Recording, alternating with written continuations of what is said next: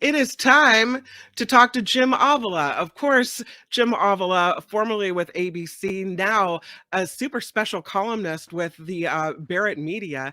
I always love to see what you write on Barrett, and excited to talk politics with you as well. Welcome, Jim Avila.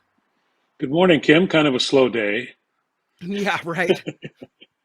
So in we've politics. talked a little bit about these Supreme Court rulings, but I want to talk about them with you as well. What's your take on? Let's first start with the student loan forgiveness being axed there. Well, I mean, I'm seeing articles already about all all these people who have these student loans, including my daughter, still has some that I pay, but um, they're already going in having to fix their personal budgets. Yeah, You know, they for now 3 years have not had to pay the student loans, and now they're going to have a big chunk of their salary um, going to pay these again, and they're having to readjust. Uh, they're going to have to cut back on things, and it's a real hardship for people who just wanted an education, and it really is a sign that the only thing that the Republicans really control is the Supreme Court, yeah, and the Supreme Court is now legislating from from the from the Supreme Court itself, and is turning our country back into the 1950s. The affirmative action ruling was quite detrimental to minorities in colleges. You know, the when before affirmative action, all these colleges were lily white. I mean, Harvard was, yeah, and there's been considerable progress because of affirmative action in making these colleges a more diverse place. In California, UCs have already eliminated that, and they've been pretty successful on keeping the diversity by other programs, and hopefully, and I saw the guy from University of Michigan who's been doing it as well. University of Michigan has also eliminated affirmative action, and they've not been as successful, but UCs have been. So there has to be a concerted effort um, to keep the rules so that so that African Americans especially and Latinos here in this state uh, can get their educations that can lift them out of the situations that they've been born into. I've always said that immigrants came here because they wanted to. Latinos have come here because they wanted to be here, or right. they were here already, and California went from being Mexico to being the Sure. United States. Yeah. So they were here. They want to be here. African Americans did not necessarily want to be here. They were forced to be here, and to all of a sudden, the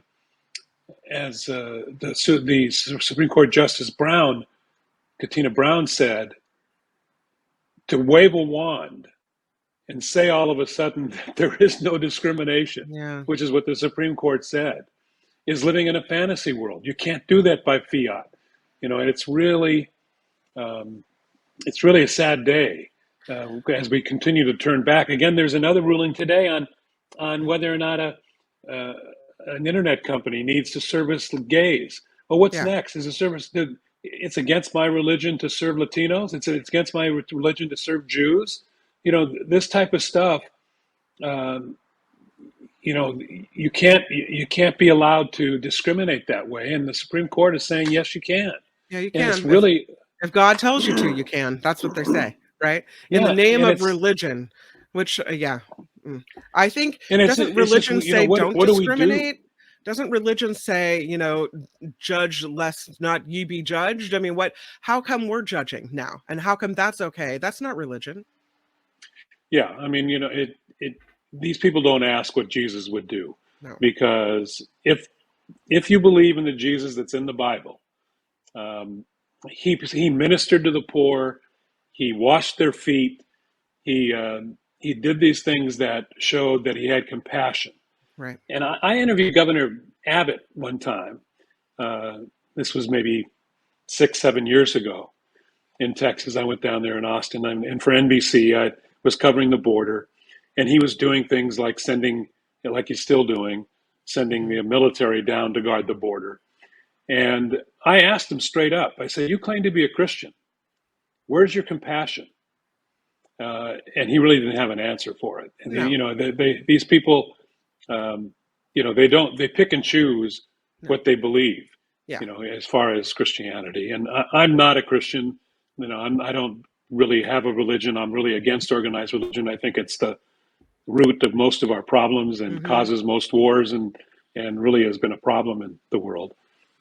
But if you decide you're going to be, then act it. Don't Hmm. just say it. Act it. You mentioned the affirmative action ruling that came down yesterday. And I've heard people say, well, it served a purpose when we needed it, but now we don't need it anymore. Things are better now. You look at schools and you have diversity in at college campuses, and we really don't need this anymore. It's time for it to go. Um Well, why do you have diversity in universities now? Oops. oh, Is, are we stop. going to review Not are we time. going to review a No, movie, or we're not gonna know. It's not time. We'll do him. We'll have him on in just a little bit, but no, not yet. I'm sorry. the Go ahead. the universities have diversity because Yeah. there's been affirmative action. Right. And if you go, the problem is that these judges don't get into the world. Let's go down to South Central Los Angeles. Let's go to Hunters Point. Let's go to places in Oakland. And let's look at the schools there and the differences in what these kids who are growing up in minority neighborhoods have to work with versus what they have to work with here in Beverly Hills, where I live, or over the hill in the valley in Studio City. Where the schools have computers labs and all those things that give an advantage to um, white Americans. The privilege that is there is an unfair advantage. And you have to make up for that privilege, in my opinion. And the way you make up for that privilege is you help give a boost Right. to the minority population, especially, in my opinion, African Americans, um, and to some degree Latinos as well, because they were brought here against their will. Yeah. And we still have an obligation. Yes, you know, it's been 150 years since slavery, but it's only been 25 years since civil rights. It's a process, and it's not finished yet. It really Well, isn't. When and the opportunities for education in minority neighborhoods are really difficult. I would argue it's like saying racism is over in America, that, Yeah. we've achieved economic equality and everything's fine. No need to make sure that people can get good jobs and good educations because we're all equal now and it's okay.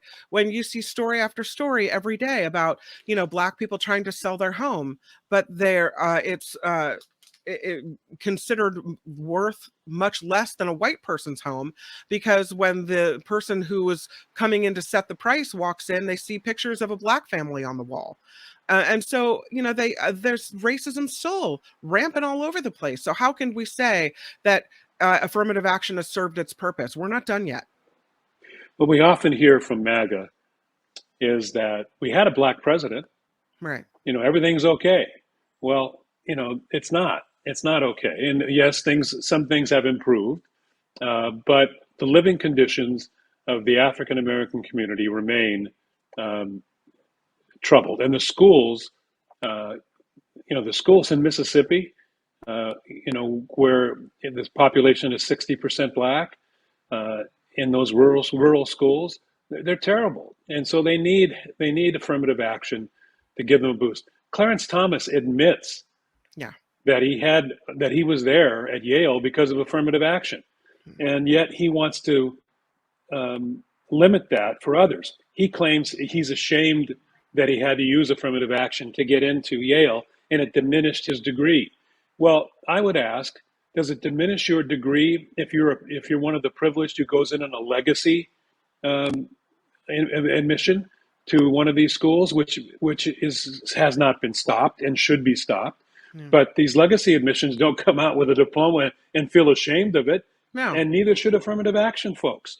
They went through and they had to get the grades when they got there. They got an opportunity to get in.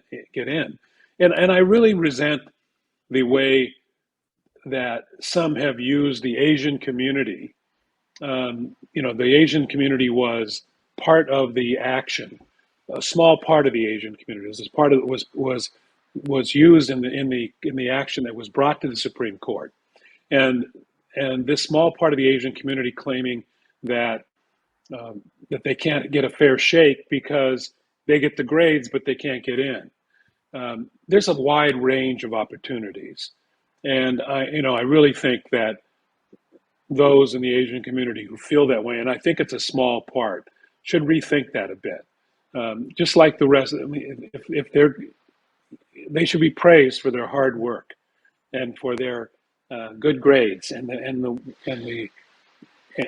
what they've been able to accomplish.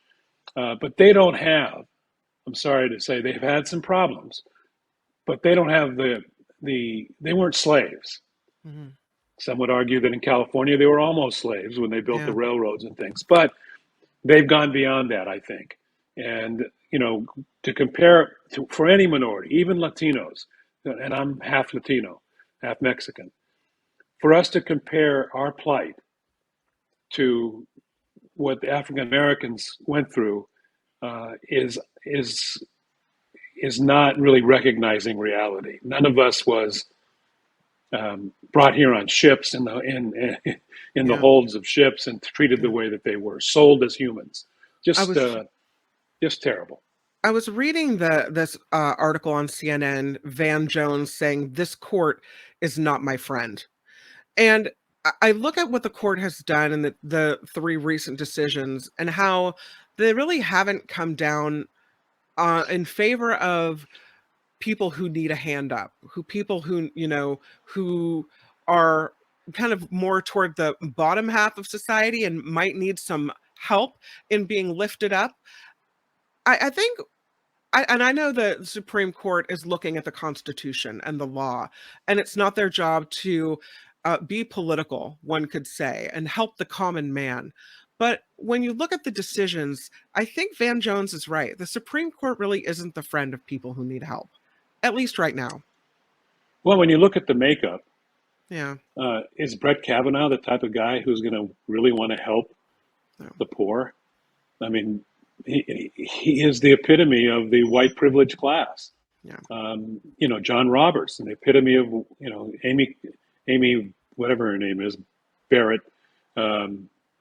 She also they're members of a privileged class, and while some in the past some of these justices in the past have in fact tried to help the poor and have had empathy.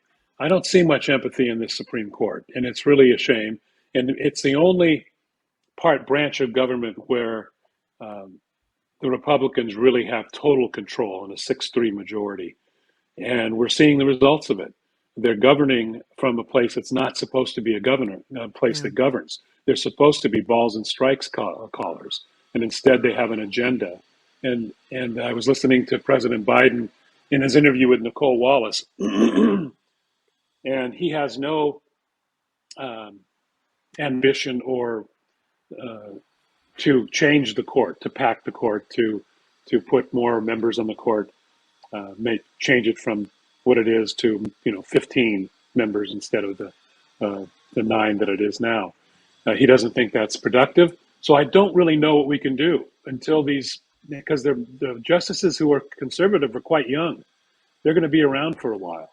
So it's really a problem. What has to happen, I guess, is we have to get super majorities of Democrats in both the House and the Senate so that they can pass laws like the student loan law Yeah. and get it passed so that it can't be overturned.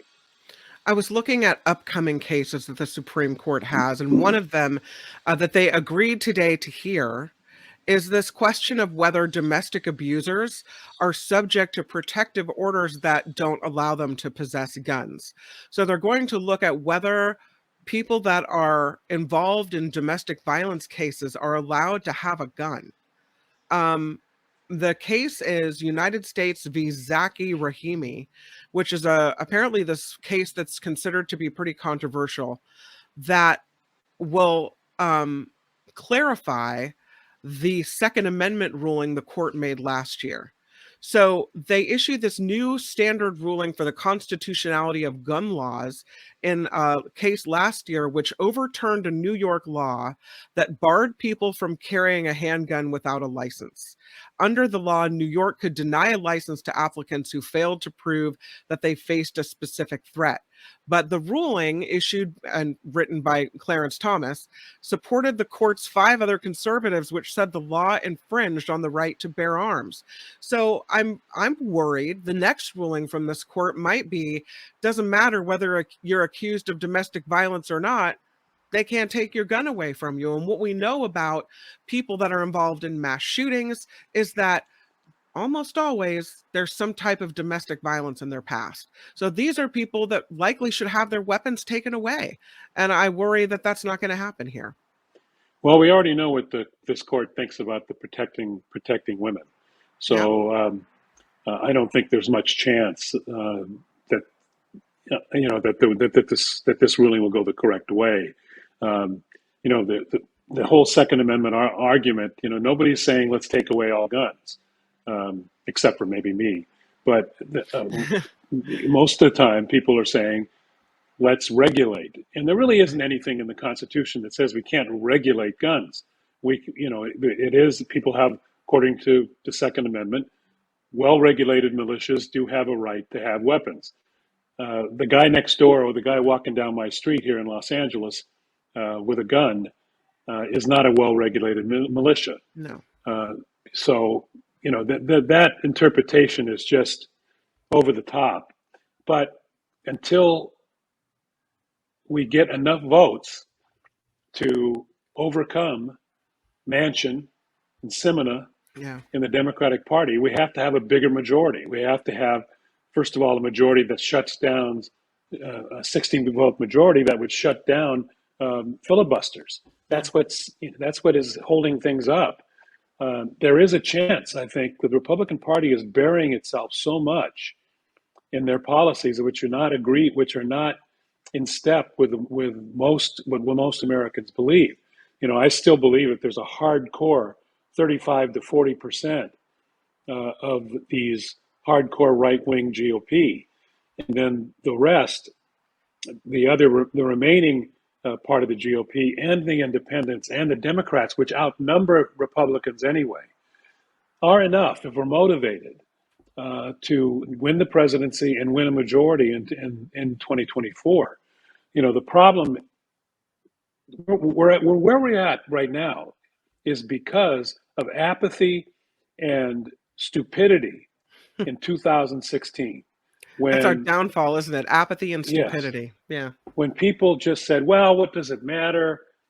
Trump's, what's the worst that could happen? Well, we saw what the worst is. Yeah. And we're living it right now. And wasn't it worse than we ever even imagined? Yes. Yes. Yeah. Hillary Clinton was not the best candidate in the world, but our world would be so much different if the apathetic voters and some in the very far left wing of the Democratic Party who couldn't stomach voting for Hillary Clinton gave us instead Donald Trump, who is on a mission to ruin this country.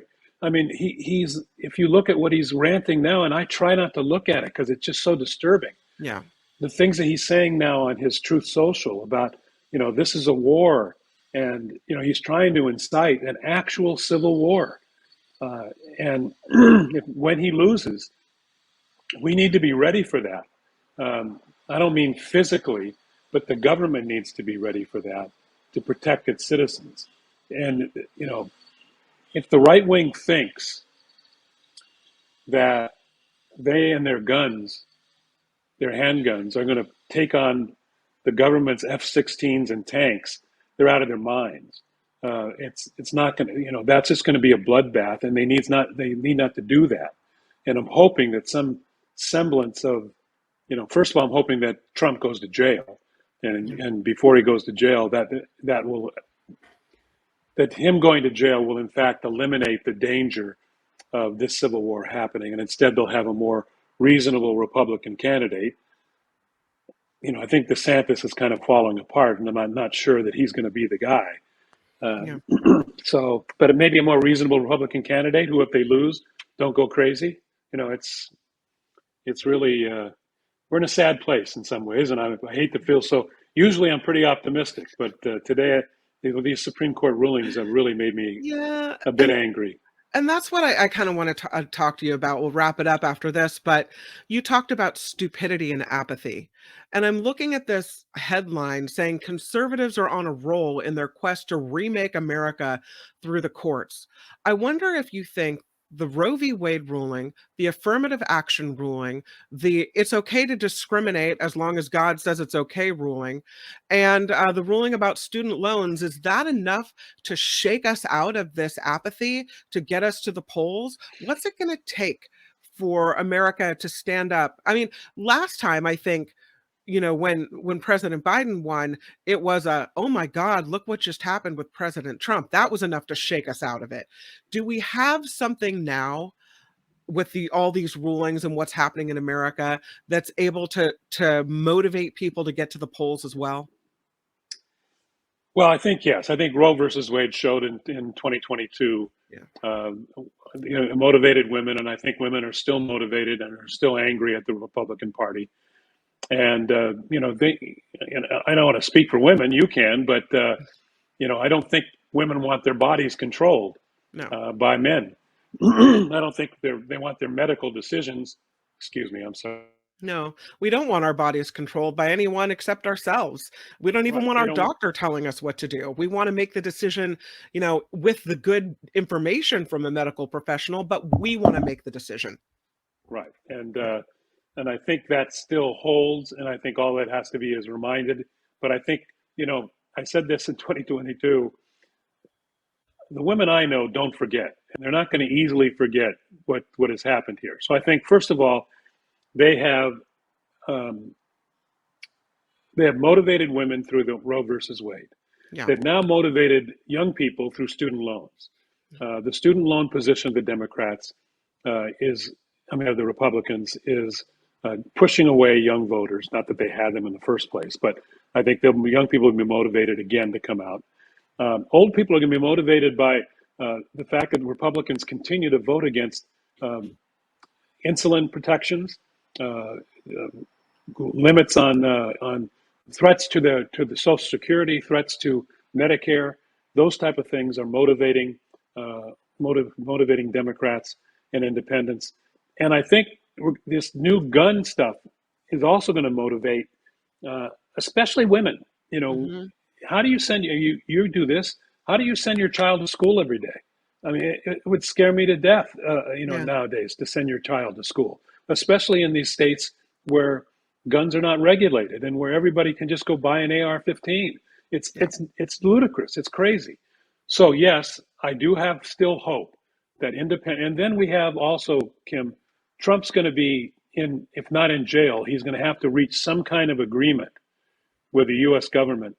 And part of that agreement is going to be, and my prediction is that he'll reach a settlement with the U.S. government not to run again, possibly some kind of house arrest or ankle bracelet or something like that. I don't think that we're going to put a president in prison. I just don't think we're going to do that. But I think there's going to be an agreement that gets him out of the voting, out of the electorate.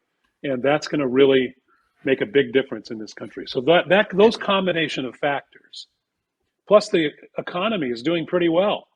There's more jobs than ever. That we're beginning to see an increase in the incomes, in wages.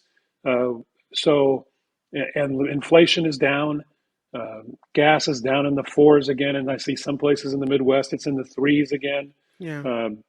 So I think things are turning the Democrats' way. The only issue, and my point, I know you got to wrap up. The only issue that really is troubling to me is Biden's age and his health. I hesitate to say it because I like the guy. Yeah. I think he's done a good job, but I wish he would just do what he said he was going to do, was be a transition president, step into history as a guy who brought us back into, from Donald Trump, and let the next generation do it. It's not going to happen, I guess, unless he gets ill. Don't you think that leaves too many question marks, though? I mean, here we have a sitting president who has shown that he's able to have success, who's shown that he's able to do the job. And that may be what we need when you're looking at someone like Trump coming back for his job.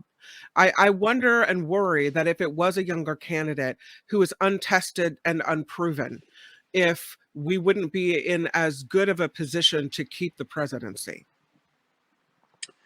Well, I think there's a wide range of candidates that are out there that can, if they have enough time. So if Biden was able to do that this summer or fall, give another candidate, give us some primaries where we saw some good candidates. Mm-hmm. I mean, there are people: Sherrod Brown, Amy Klobuchar, Kamala Harris, Gavin Newsom. Those are some pretty heavyweight candidates that I think deserve a chance, and would be a good to have to see them on the debate stage. I see how they do.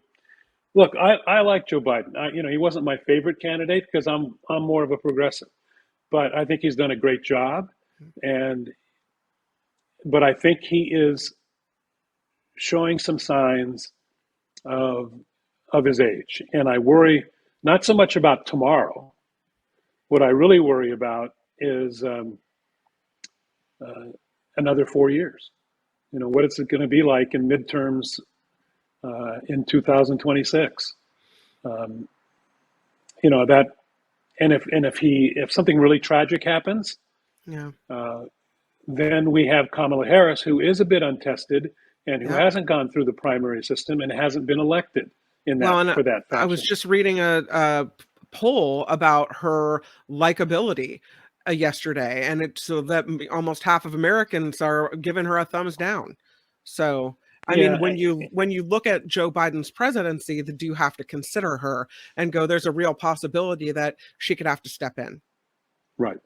I like her. But I think I am, if not in a minority, there's half of Democrats who don't like her, and I don't really understand why they don't like her. I don't either.